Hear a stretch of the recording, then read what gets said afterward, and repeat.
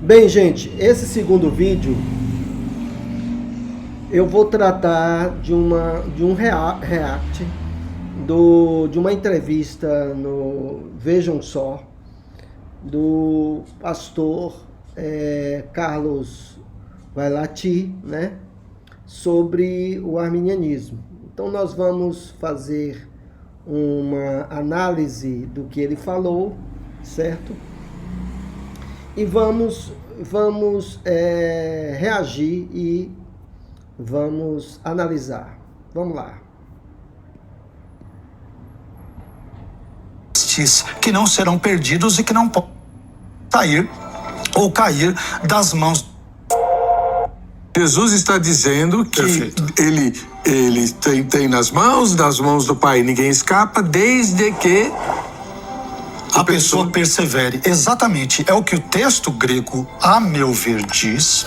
Embora irmãos calvinistas, por razões mais do que sobejamente óbvias, terão uma interpretação distinta, mas nós temos uma série de particípios, Heber, sobretudo em João capítulo 10, versículos 27 e 28, onde o texto grego, de forma resumida, ele vai dizer o seguinte: aqueles que continuam me ouvir, aqueles que continuam me seguindo, aqueles que continuam crendo em mim, são estes que não serão perdidos e que não podem sair ou cair das mãos de Jesus. Então não é alguém que simplesmente teve uma fé inicial ou momentânea no passado, o famoso levantou as mãos e aceitou a Jesus, aquela coisa toda, e ficou por isso. Não, a nossa jornada de fé envolve uma fé contínua, perseverante, consistente ao longo de toda a nossa vida. E eu pergunto, quem é que é conclamado, desafiado ou encorajado a crer? É o crente.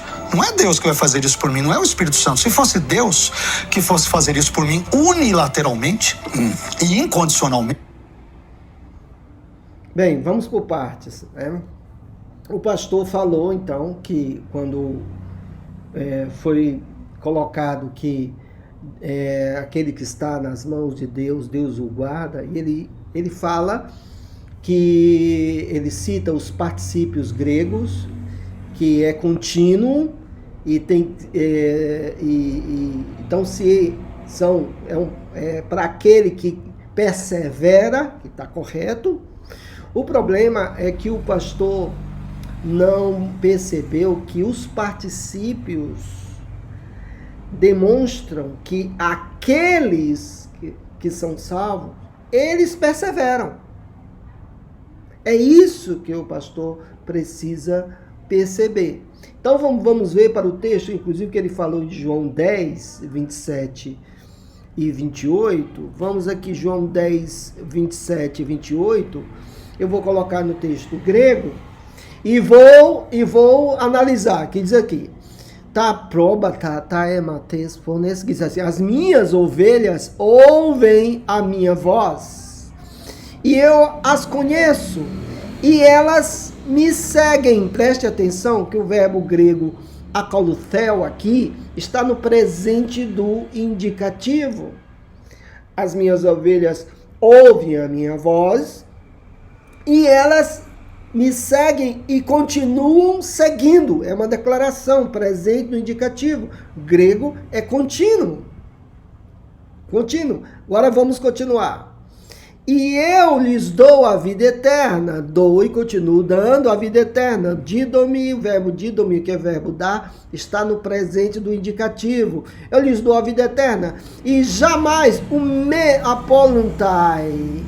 E jamais, a fim de que jamais, seria até melhor traduzir assim: o me apoluntai esto aiona.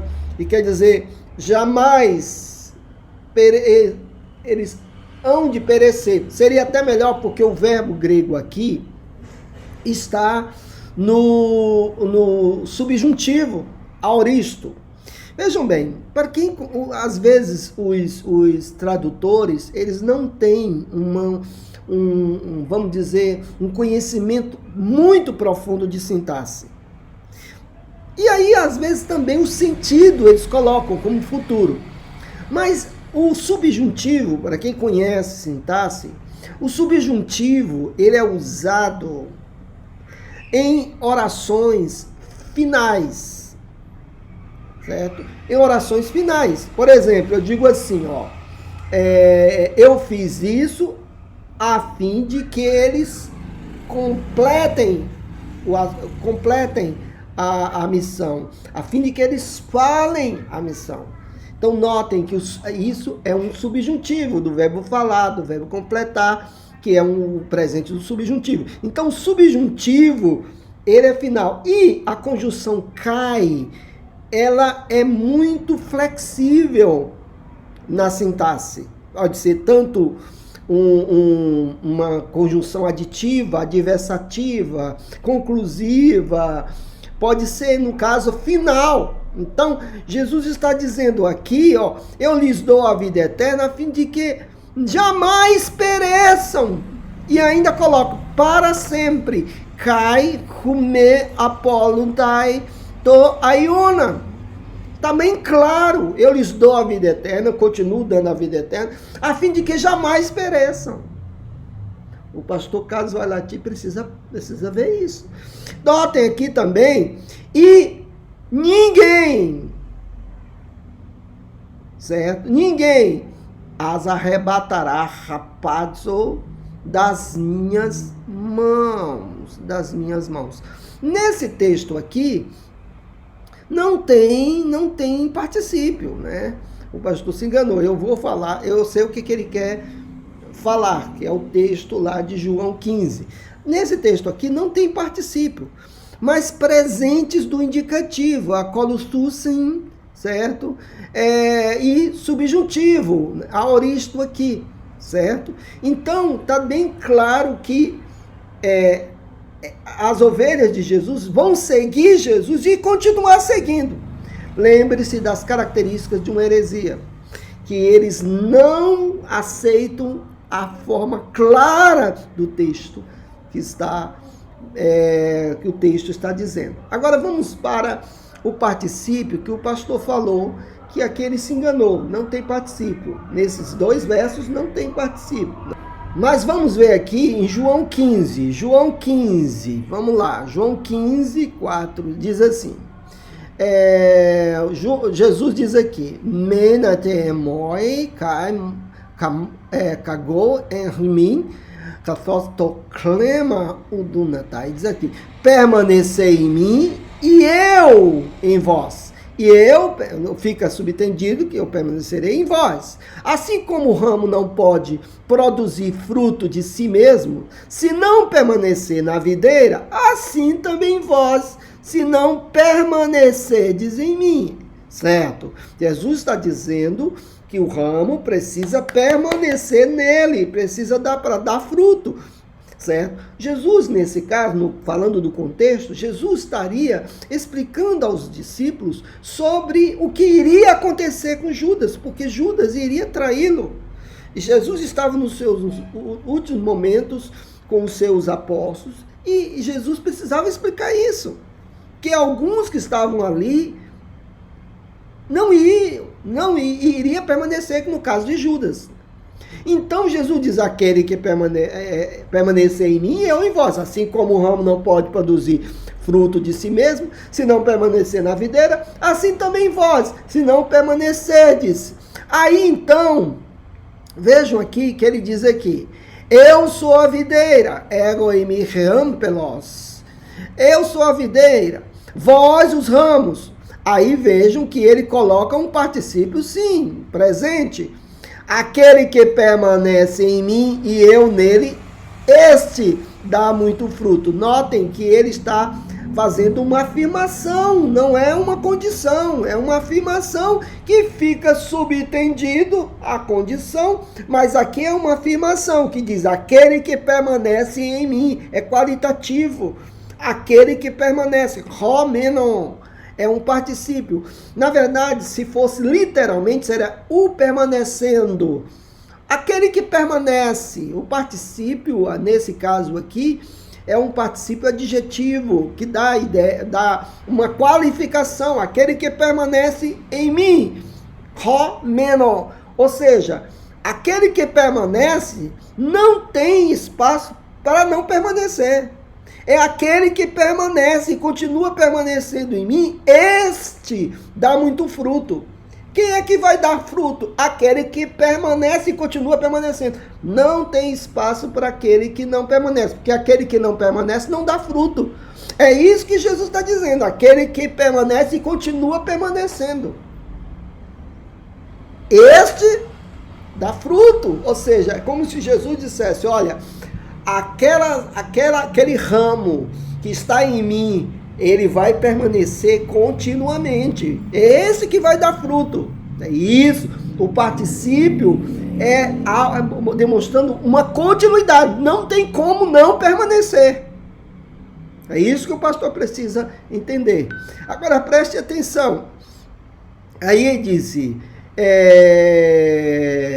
e eu nele, esse dá muito fruto, porque sem mim nada podeis fazer, não podeis fazer nada. Sem mim não podeis fazer nada. Então o particípio é claro em dizer que tem que permanecer. Aí, aqueles que não permanecem, são esses que não dão fruto, são esses que não são salvos, porque esses não permanecem. Esses não permanecem. É assim que João explicou isso em 1 João 2,19. Nós vamos lá e vamos no texto grego, né? 1 João 2,19, que diz assim, ó. Saíram exerson alok esam exhomam. Diz aqui, ó. Saíram de nós, porém não eram de nós. Porque se fossem de nós, teriam permanecido conosco. Memeneskesan. Esse verbo é um verbo que está na forma do mais que perfeito. Saíram, João está dizendo, saíram por causa dos falsos mestres e de muitos que estavam abandonando a fé. E João disse, olha, saíram de nós porque não eram de nós. Se fossem de nós, teriam permanecido, como diz aqui, teriam permanecido, porque todos não são de nós. João admite, porque não são de nós. Então, a permanência é a característica do salvo. Do salvo. Aí alguém diz, mas se ele não permanecer, é porque não é salvo. Porque quem é salvo permanece por causa do particípio. O particípio não dá espaço para a intermitência. A intermitência não, o particípio presente não tem espaço para intermitência. Não tem espaço, por exemplo, aquele que fala, aquele que diz uma coisa e depois não diz outra. Não, aquele que diz e continua dizendo. Então, pastor, essa sua justificativa não condiz. Aí disse, porque os calvinistas, com razão, e ele também com razão da cosmovisão dele, mas sem uma base linguística e nem exegética. Né? Vamos a ver o que ele diz. As diversas advertências, cuidado com isso. João, já que o irmão citou João 15, permaneçam em mim, se vocês não permanecerem em mim, eu em vocês, como um galho vocês são tirados, cortados, lançados no fogo. O próprio calvinista William Hendrickson, ele diz que é o homem que... Um detalhe aqui, ele fala da advertência. Jamais a Bíblia dá advertência para um crente nascido de novo, para crer em Jesus para a salvação. Jamais.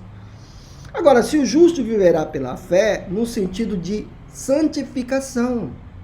A santificação, no sentido até da continuidade, porque se ele é crente mesmo, ele vai permanecer. É aquele que permanece.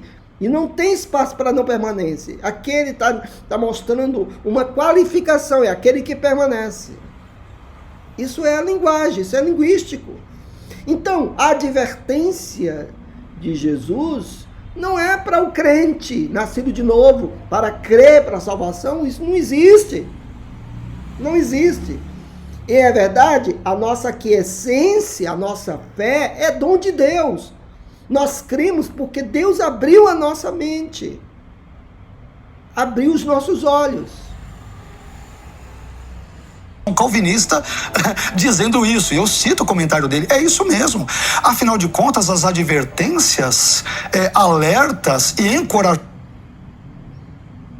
Preste atenção. Jamais o William Hendricks iria falar que nós temos que nos esforçar para a salvação. Nós temos que entender o seguinte, que a santificação exige um esforço. Claro. Mas eu fazer alguma coisa para ser salvo, jamais, nenhum calvinista disse isso, muito menos o William Hendricks. Ele entendeu errado. A salvação inclui, quando ele diz a salvação, é o processo da santificação, inclui o esforço. Deus quis assim.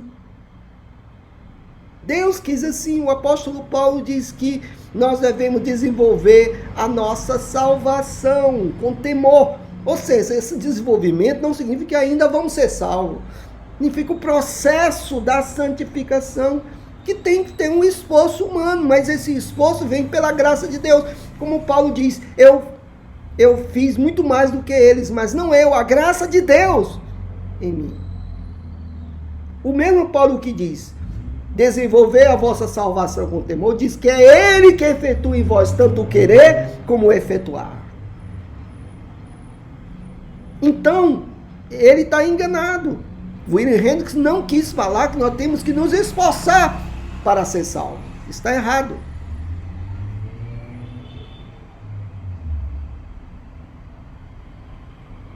Para perseverar, que são dados ao crente, não teriam o menor sentido, o mínimo cabimento, se é Deus que me preserva, me guarda unilateralmente e eu.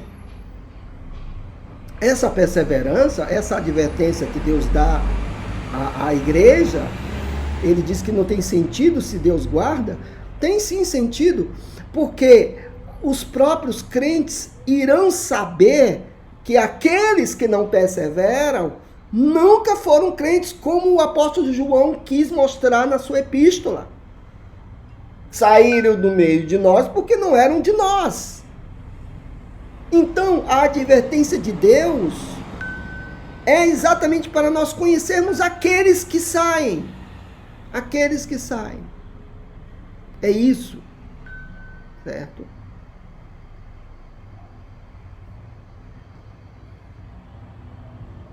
Ou qualquer crente não tenha que fazer nada. Isso não teria o menor sentido nas O escrituras. irmão pode. Está com a Bíblia aí no celular? Posso pegar, claro. Hebreus 7:25, por favor. Vamos lá.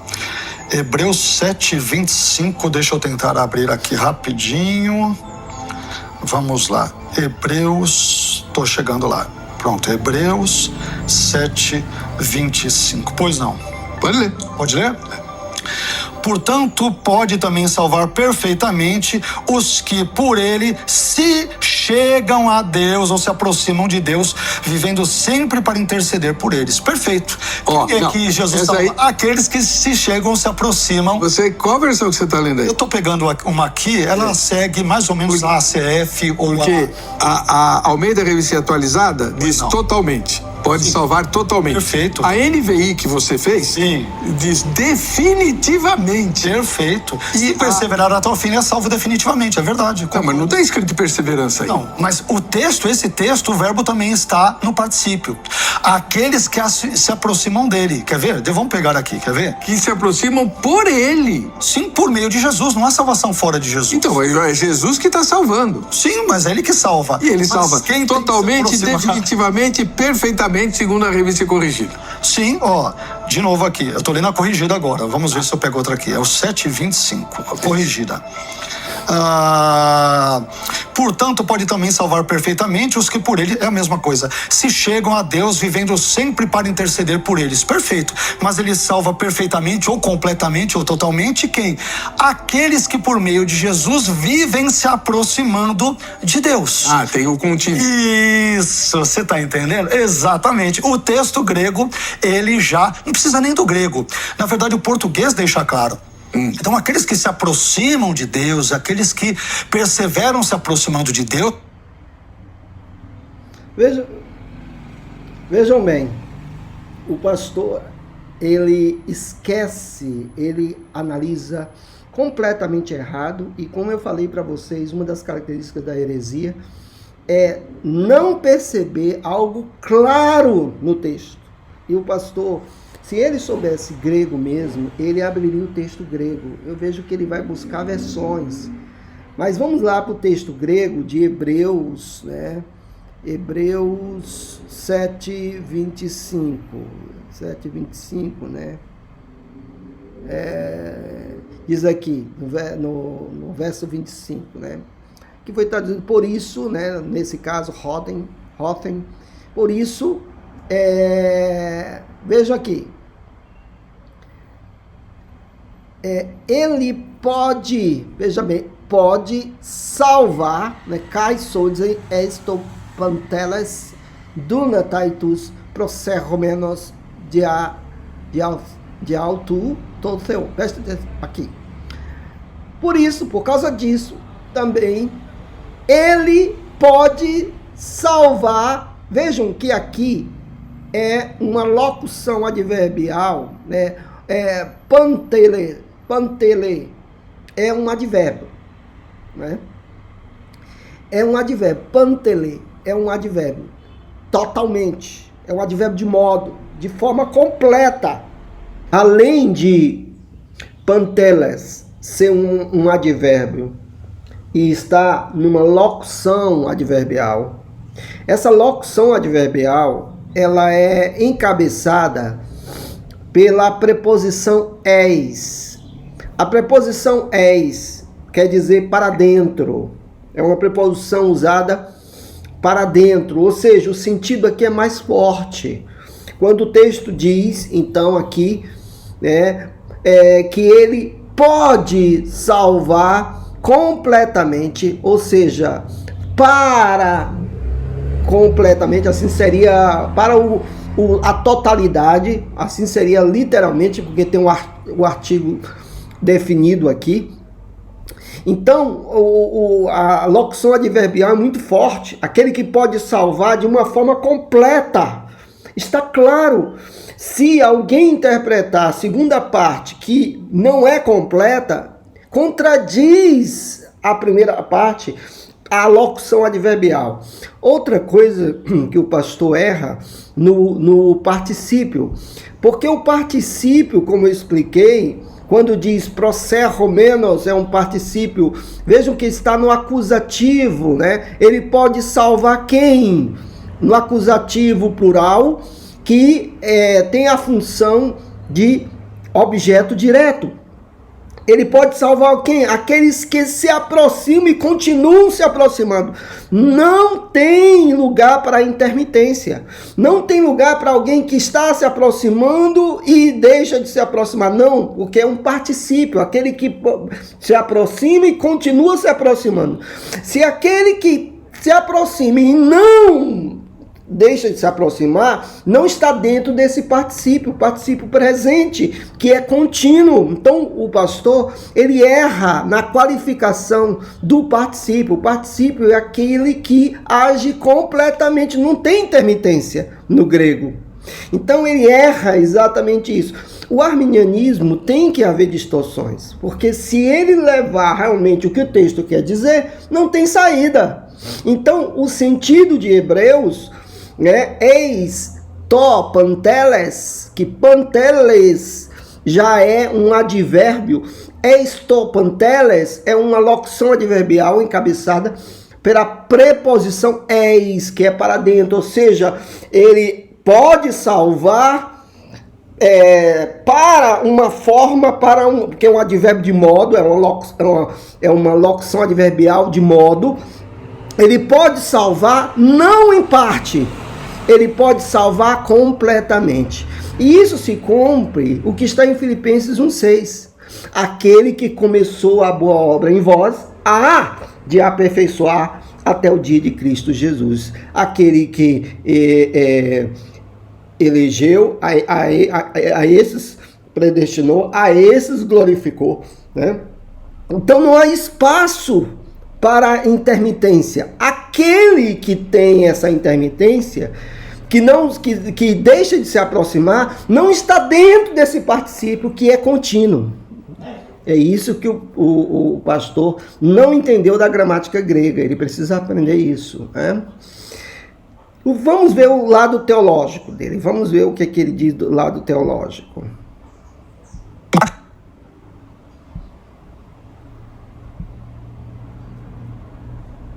E morrer nesse estado, logo eu não sou salvo. Então esse texto é simplesmente respondido. Tá. Tranquilamente.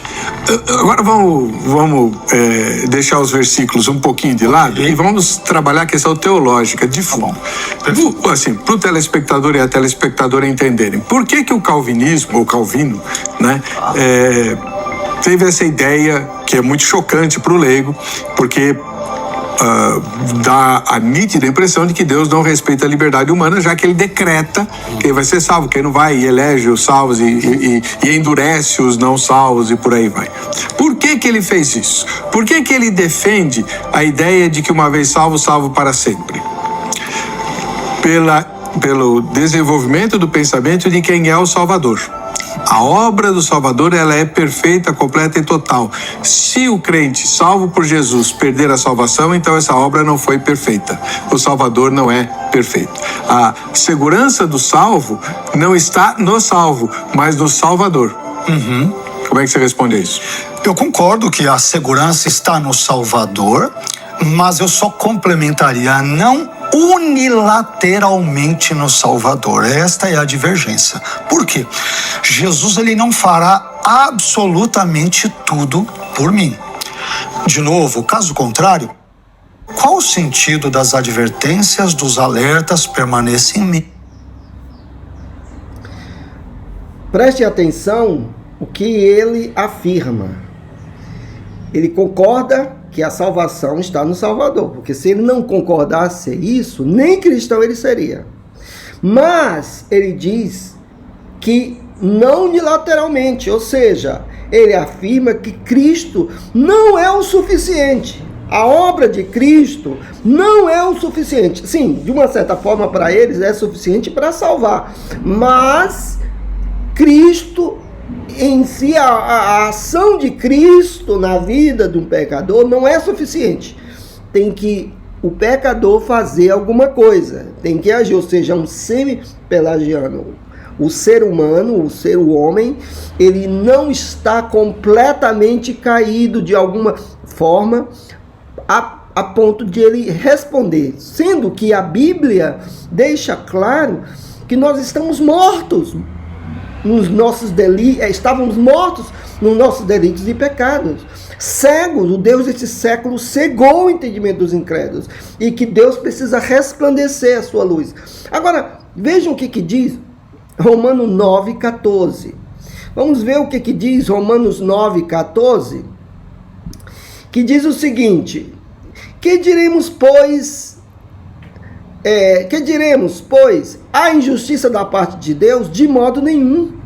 Pois ele diz a Moisés: terei misericórdia de quem me aprover ter misericórdia, compadecer-me-ei de quem me aprover ter compaixão. Assim, pois, não depende de quem quer ou de quem corre, mas de usar Deus a sua misericórdia. Notem que o texto está claro. Lembrem do princípio da heresia que eu falei, que eles não aceitam a forma clara do texto. O texto deixa claro. Logo, não é de quem quer, mas de Deus, de usar a sua misericórdia. Não é quem corre, não é quem quer. Não é do querer do ser humano, mas de Deus, de usar a sua misericórdia. Aí eles vão para a defesa da cosmovisão, porque eles não tem como sair desse texto. Aí eles começam a dizer, olha, se fosse assim, para que as advertências? Se não precisaria as advertências, como eu falei, as advertências é exatamente para a igreja entender que aqueles que vão sair não são da igreja, assim como João falou na sua primeira epístola, que disse, saíram de nós porque não eram de nós, porque se fossem de nós, eles teriam permanecido, teriam crido. Então, deixa claro que as advertências são exatamente para a igreja entender aqueles que vão sair e que saberem que eles são falsos profetas ou falsos irmãos. É esse o motivo das advertências na Bíblia. Então vamos continuar, vamos ver o que ele diz sobre isso. Continue crendo, olha, aquele que está em pé, cuide para que não caia, aquele que perseverar até o fim, Mateus 10:22, será salvo. Qual o sentido desses inúmeros textos bíblicos, se tem apenas uma pequeníssima amostra, se tudo depender unilateralmente de Deus? Entenda-se, de Jesus, do Espírito Santo, do Pai. Então, qual o sentido? Você entendeu? Então, a meu ver, esse é o problema na leitura calvinista. Além disso, Calvino tem outro elemento, tem vários outros problemas, eu digo de novo com respeito, é claro, na interpretação de Calvino, porque quando a gente lê as Institutas e outros textos de Calvino, Calvino ensina um negócio que muitas pessoas não falam, eu toquei nessa ferida no texto, que é a chamada fé temporária. Então, por exemplo... Ele tem que explicar Hebreus. Exatamente, não só Hebreus, mas outras coisas. Então, o que Calvino vai dizer? Vamos pegar a situação de um apóstata, perfeito, que é o nosso debate. Se uma pessoa, imaginemos que ela comece a sua vida crendo, a vida cristã crendo, é óbvio, senão não seria crente. Mas em algum momento ela decai dessa fé, ela abandona e suponhamos que ela morra incrédula. Como que Calvino, por exemplo, poderia responder? Poderia dizer que ela nunca foi crente, ou poderia dizer que ela teve uma fé, mas uma fé temporária, uma fé que no início ela está presente na vida desse indivíduo, mas que com o tempo ela se esvairá. Olha só, isso eu estou citando textualmente Calvino. Qual o problema disso?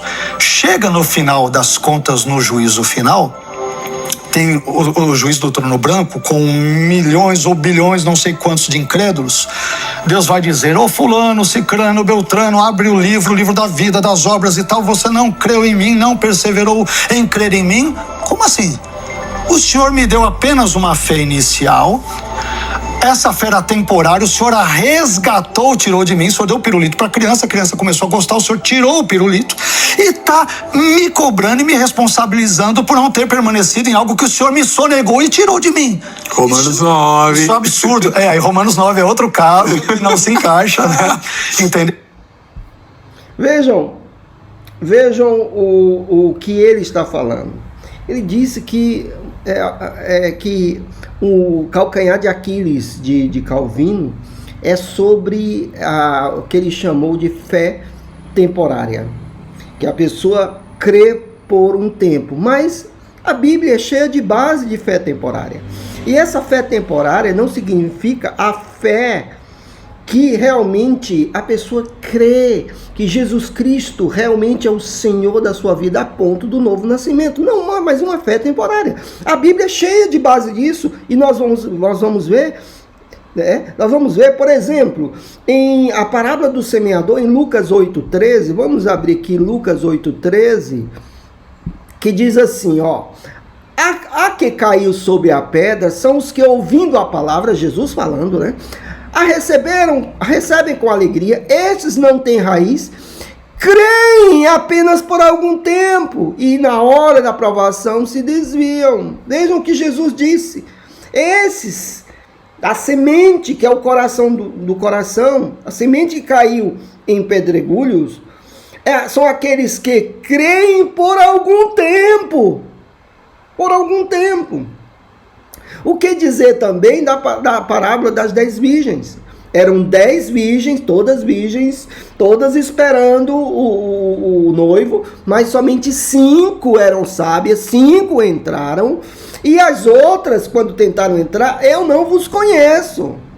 Elas criam que o noivo viria, mas elas não tinham uma fé genuína para a salvação. Jesus, no Mateus capítulo 7, verso 21 e 23, Jesus diz: nem todo aquele que me diz Senhor, Senhor entrará no reino dos céus. Naquela época, quem falava que Jesus era Senhor, não é como hoje, mas naquela época, aqueles que falavam que Jesus era Senhor, era uma declaração de fé muito contundente, muito forte. E Jesus diz: muitos naqueles dias dirão: Senhor, em teu nome expulsei demônios, em teu nome profetizei, em teu nome fiz maravilhas, mas eu vos direi: apartai-vos de mim, eu não vos conheço. Essas pessoas que fizeram esses milagres, essas pessoas criam. Essas pessoas criam, tinham uma fé temporária, mas não tinham uma fé, a fé exatamente salvífica, a fé que realmente leva a nascer de novo. Jesus falou isso em várias parábolas. Na ilustração dele, que ele diz que, como eu falei para vocês, uma das características da heresia é que ele, não tendo resposta para os textos, eles vão para a defesa da sua cosmovisão, para algo que eles pensam. Então o que acontece? Se, usando a ilustração dele, uma pessoa que chegasse diante de Deus e dissesse assim: ah, Senhor, o Senhor me deu a fé e depois o Senhor tirou, como é que eu vou ser culpado? Deus então iria perguntar para ele, eu vejo que Deus então iria perguntar para ele: afinal de contas, você queria ser salvo pelo seu próprio mérito, sem eu dar a fé para você? Então é mais uma razão para você ir para o inferno. Porque a fé é exatamente alguém que diz: eu não mereço absolutamente nada, Senhor, tu és o meu redentor, o meu salvador, como aquele publicano que Jesus falou da parábola do fariseu e publicano, ser propício a mim, pecador. Então, esse foi justificado.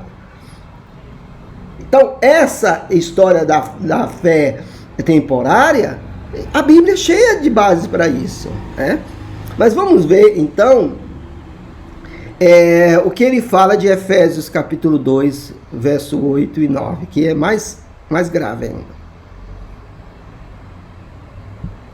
Só que a culpa será da pessoa, isso é complicado. Aí você pega calvinistas como R.T. Kendall, que vão dizer que a doutrina, o ensino da fé temporária de Calvino, ela foi o escândalo do calvinismo inglês. Ela foi o constrangimento e o escândalo do calvinismo inglês. E eu concordo, né? Porque essa doutrina é escandalosa. Quer dizer, então é nesse sentido, voltando à pergunta feita inicialmente, que eu não creio que a fé é um dom de Deus no sentido calvinista, né? Agora, no sentido arminiano, de que é um dom de Deus, mas que eu devo recebê-lo e posso não recebê-lo, posso rejeitá-lo, posso dizer não à graça, sim. E isso não me torna o centro das atenções. Foi Deus quem decidiu soberanamente que a salvação seria condicional. Em Efésios 2, 8, tá. Diz: isso não vem de vós, é dom de Deus, não vem das obras para que ninguém se glorie. Isto você discute no livro, mas eu queria que Perfeito. Então, esse texto aqui, pela graça sois salvos, né, de apisteos, por meio da fé ou através da fé, cai tudo. E isto, pronome demonstrativo, não vem de vós, é dom de Deus. Temos uma grande discussão quanto a esse texto, porque irmãos calvinistas, exegetas calvinistas, via de regra, se valem desse texto para dizer que a fé é um dom de Deus, mas no sentido calvinista que eu brevemente citei. Que é a ferramenta de salvação. Isso, ok. Deus elegeu o sujeito, Deus me elegeu, ele vai fazer eu crer. Isso, ok, na perspectiva calvinista. Na perspectiva arminiana, ele não vai fazer eu crer. Ele vai me dar todas as condições, vai me impulsionar, me influenciar e tudo, mas eu posso não crer. Eu é que decido. Pela graça de Deus, Deus, eu posso dizer sim ou não, né? Por causa das advertências e por causa de todo o escopo bíblico. Então, a questão é a seguinte, a leitura desse texto, normalmente, muitos entendem o seguinte, não, a fé é um dom de Deus, só que a palavra fé ali em grego, a palavra pistis, ela é feminina, tanto quanto a palavra charis, graça, que também é feminina. E o pronome demonstrativo tuto, ele é neutro, que é isto. Então, ele não pode estar se referindo ali à fé, que é o substantivo feminino, porque em grego há uma concordância nesse aspecto gramatical, e não pode também se referir à graça. Então, portanto, a meu ver, citando Archibald T. Robertson, um importante exegeta batista e profundo conhecedor do grego, nesse contexto, ele vai dizer que o isto diz respeito ao ato de ser salvo pela graça de Deus e mediante a fé enquanto resposta humana, porque sou eu que tenho que responder, né? Percebam que, ao que parece, ele tem uma boa pesquisa, ele fez uma boa pesquisa, mas ele não conhece a gramática mesmo, né? Ele não partiu do conhecimento do texto em si, ele fez a pesquisa. E é interessante que ele confirma a exegese, embora que ele não entendeu, pelo que eu vi, ele não conhece, ele apenas está citando autores, ele não conhece realmente a sintaxe do texto grego. E ele confirma a exegese, mas ele coloca o ponto de vista dele na exegese, dizendo que essa fé depende do homem aceitar ou não, mas o texto não está dizendo isso, o texto está dizendo o contrário. Mas vamos ver o que o texto grego está dizendo. Vamos lá aqui, olha o que diz aqui. Porque te garharite estes sosmenoi diades pistos caitutu oxroman filtu doron. Quem está dizendo? Porque pela graça sois salvos através ou por intermédio da fé. Cai tudo, e isto não vem de vós, é dom de Deus. Esse tudo, como ele falou da exegese, que ele disse que era calvinista, mas isso aí é algo que é a gramática que diz. Tudo é neutro, realmente, ele não pode concordar com pistos, que é feminino, nem pode concordar com charis, que é também feminino. Então, tudo é neutro. Quando o tudo, que é um pronome, quando tudo é neutro, que é um pronome, ele deveria ser traduzido na língua portuguesa isso não vem de vós. Por quê? Na língua portuguesa, o isso e o isto são diferentes. O isso é um pronome coesivo, demonstrando que está se referindo ao assunto anterior e não somente uma coisa. Então, quando diz, eu digo que foi mal traduzido, apesar de tudo ser realmente isto, não é keinos, que quer aquilo, isto, mas, como é na língua portuguesa e tudo é neutro, Paulo quis dar a entender que tanto a graça como a fé são dons de Deus. E tanto a graça como a fé está relacionado, e isto não vem de vós. É o que ele tenta colocar, que nós podemos crer ou recusar a fé, recusar essa graça ou não, mas o texto diz, pela graça sois salvos por intermédio da fé, e isso seria melhor traduzido para a língua portuguesa, e isso não vem de vós. Ou seja, é como se Paulo dissesse, tanto a graça como a fé não vem de vocês, mas é dom de Deus, é uma dádiva de Deus. Ora, se é uma dádiva de Deus,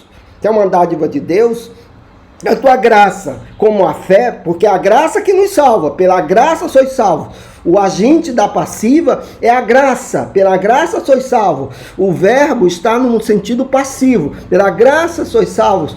Por intermédio da fé, a locução adverbial, né? De intermediação, por intermédio da fé. E isto o que? Tudo que Paulo estava falando anteriormente, a graça e a fé, não vem de vós, que é isso exatamente que vai contra o pensamento dele. E que ele coloca no texto algo que está claro. Portanto, queridos, eu quero terminar dizendo que esses teólogos arminianos são muito fracos. Desculpe eu dizer. né? São muito fracos. E esse é um dos melhores deles, né? Esse é um dos melhores deles. Mas a salvação é totalmente vinda de Deus. Deus, ele recebe a honra, a glória, o poder, a força e toda a honra da nossa salvação. Que Deus abençoe.